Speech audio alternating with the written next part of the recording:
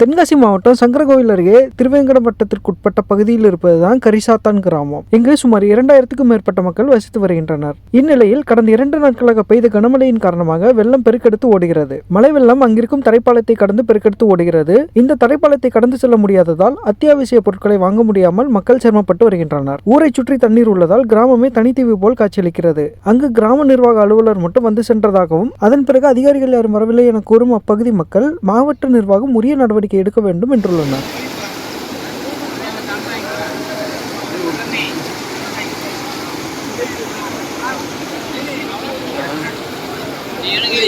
பையங்க எல்லாரும் பேஜ் ஆடுறீங்க. அந்த ஒரு இது பையங்களையும் கவர் பண்ணியா இதையும் போட்டு 10 செகண்டா போட்டு